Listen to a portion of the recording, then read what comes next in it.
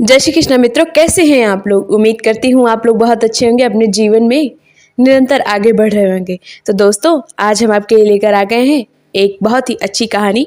उम्मीद करती हूँ इस कहानी से आपको कुछ ना कुछ सीखने को मिलेगा। दोस्तों, एक रामपुर गांव था। वहाँ पे गांव वाले बड़े प्रेम पूर्वक रहते थे और सब एक दूसरे के काम आते थे। सब कुछ अच्छा चल रहा था। लेकिन कुछ दिनों बाद उनके गांव में एक चोरी हुई और बहुत ज़्यादा चोरों ने उस घर को लूटा पाटा और बहुत नुकसान हुआ। बहुत पुलिस बुलाया गया, सब कुछ दिखाया गया, लेकिन चोर पकड़ा नहीं गया। फिर लोगों ने कहा, कुछ दिन बीत गए, लोग उस बात को भूल चुके थे कि चोरी हुई भी थी। फिर दोबारा चोरी हुई, फिर वही चीज़ें, चोर पकड़ा ही ना जाए। जब ये तीसरी और चौथी बार हुई तो गांव वाले काफ़ी परेशान रहने लगे और वो चोर को पकड़ने की फिराक में रहने लगे। सब ने कहा, हम रात रात भर पहरा देंगे, हर घर का सभी सदस्य नहीं सोएंगे, एक एक घर का एक सदस्य पहरा देगा रात भर, दूसरे दिन दूसरा पहरा देगा। इसी तरीके से जब वो पहरा देने लगे तो एक हफ्ते तक उन्होंने पहरा दिया, कोई चोर नहीं आया। शायद चोरों को भी पता चल गया था कि गांव वाले अब सतर्क हो गए हैं। जैसे उन्होंने सोचा अब नहीं होगी, चोर शायद डर गए हैं या कहीं और चले गए होंगे। फिर पांचवी बार चोरी हुई, फिर तो उनके कान खड़े हो गए। फिर उन्होंने फिर से पहरा देना शुरू किया और चौकीदार रख लिया। एक बार ऐसे एक बूढ़ी अम्मा अपने घर में अकेली थी। वहाँ पे एक चोर ने चोरी करने का सोचा, धीरे से घुसा और वो बक्से को खोलने लगा। उसी समय बूढ़ी अम्मा की आँख खुल गई और वो उठ खड़ी हुई। चोर ने उन्हें पकड़ने की बड़ी कोशिश की, लेकिन उन्हें बाहर निकल के चोर चोर चिल्लाया। गांव वाले लाठी डंडा लेके दौड़ पड़े और चोर को पकड़ लिया। सुबह हुई, उन्होंने चोर को एक पेड़ से बांध दिया। फिर सोचने लगे, इस चोर को आखिर सजा क्या दी जाए जिससे ये चोरी करना भूल जाए और इसको देख कर सारे चोर सबक सीखें। फिर उन सब ने कहा, ऐसा करते हैं, मुखिया जी के पास चलते हैं, वो गांव के बताएंगे, सरपंच हैं और वो बड़े भी हैं, उनसे पूछना चाहिए, वही बताएंगे। सब गांव वाले चोर को बांध कर चले गए। उधर चोर बंधा पड़ा, सोच रहा था कि न जाने ये लोग मेरे साथ क्या करेंगे। उधर से पप्पू जो चरवाहा था, अपनी भेड़ बकरियों को लेकर आ रहा था। उसने उसको बंधा देखा। उसने कहा, भाई तुम्हें बांध के क्यों रखा है, इन लोग सब, तुम बंधे हुए क्यों हो। उसने मैं कहा, मैं क्या बताऊं, तुम जाओ, जो है तुम नहीं सुन पाओगे। उसने कहा, नहीं नहीं बताओ तो ज़रा।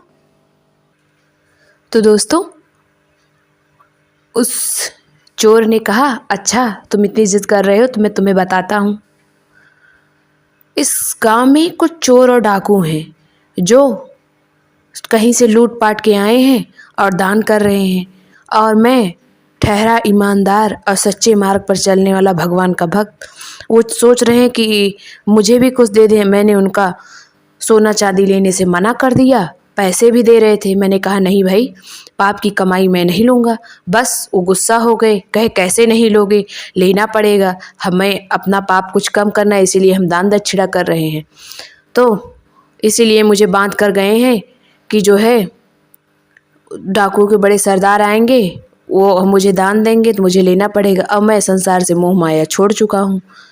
उस चरवाहे ने सोचा, जो पप्पू था, कि क्यों ना मैं इसकी जगह बन जाऊं और मुझे वो मिल जाए, जिससे सारे पैसे मिल जाएं और सोना चांदी, और मेरी गरीबी दूर हो जाए, मेरी पत्नी भी खुश हो जाएगी और मेरे बच्चे भी। उसने कहा, ऐसा है भाई, मैं तुझे खोल देता हूँ, अंधेरा होने वाला है और तुम अपनी जगह मुझे बांध दो, कोई जान भी नहीं पाएगा। उस चोर ने कहा, नहीं नहीं, तुम क्यों इस पचड़े में पड़े। उसने कहा, नहीं नहीं, तुम ईमानदार हो। पप्पू ने बात बनाते हुए बोला, तुम्हें पाप लगेगा, तुम्हारी जगह मैं पाप ले लूँगा। उसके मन में तो सोना चांदी के लड्डू फूट रहे थे कि मैं तो अमीर हो जाऊँगा। चोर को उसने खोल दिया, अब उसकी जगह खुद बन गया। उधर गांव वाले मुखिया जी को ले आए तो मुखिया जी अंधेरे में, गांव वाले भी नहीं पहचान पाए। मुखिया जी ने कहा, ऐसे चोर को जीने का कोई अधिकार नहीं, इसे समुद्र में उठाकर फेंक दो। सब ने उसे बोरे में भर कर समुद्र में फेंक दिया और वो समुद्र में डूब गया। दूसरे दिन वो चोर भेड़ बकरियों को लेकर गांव में पहुंचा। सब देख के दंग रह गए कि भाई, तुम्हें हमने समुद्र में फेंक दिया था, कैसे बच गए तुम। उसने कहा, समुद्र के देवता ने कहा है, उसने कहा, समुद्र के देवता बहुत ही दयालु हैं, जो उन पर कुर्बान होता है और उनकी गहराई में डूबता है, उससे प्रसन्न होकर वे उसे ये सब जानवर और संपत्ति दे देते हैं। और बहुत कुछ दिया है, मैं तो दिखा भी नहीं सकता और बता भी नहीं सकता। फिर क्या, गांव वालों ने जैसे ही सुना, सारा गांव चल दिया समुद्र में डूबने और समुद्र देवता को खुश करने में कि हम भी अमीर हो जाएंगे। और हुआ क्या, उधर चोर आराम से गांव भर की संपत्ति पर हाथ साफ करता रहा, लूटा खाया, दूसरे गांव चल दिया, पूरा गांव वीरान पड़ गया। तो दोस्तों, लालच कैसा भी हो, वो आपको ले डूबता है। आपकी एक पैसे की कमाई उसको आप ऊंचाई पे पहुंचा देगी एक ना एक दिन, लेकिन एकाएक आया धन और मन में आया लालच आपको डुबो देता है। तो मिलते हैं आपको एक नई कहानी के साथ। तब तक अपना अपने परिवार का ध्यान रखिए। जय माता दी, जय श्री कृष्ण।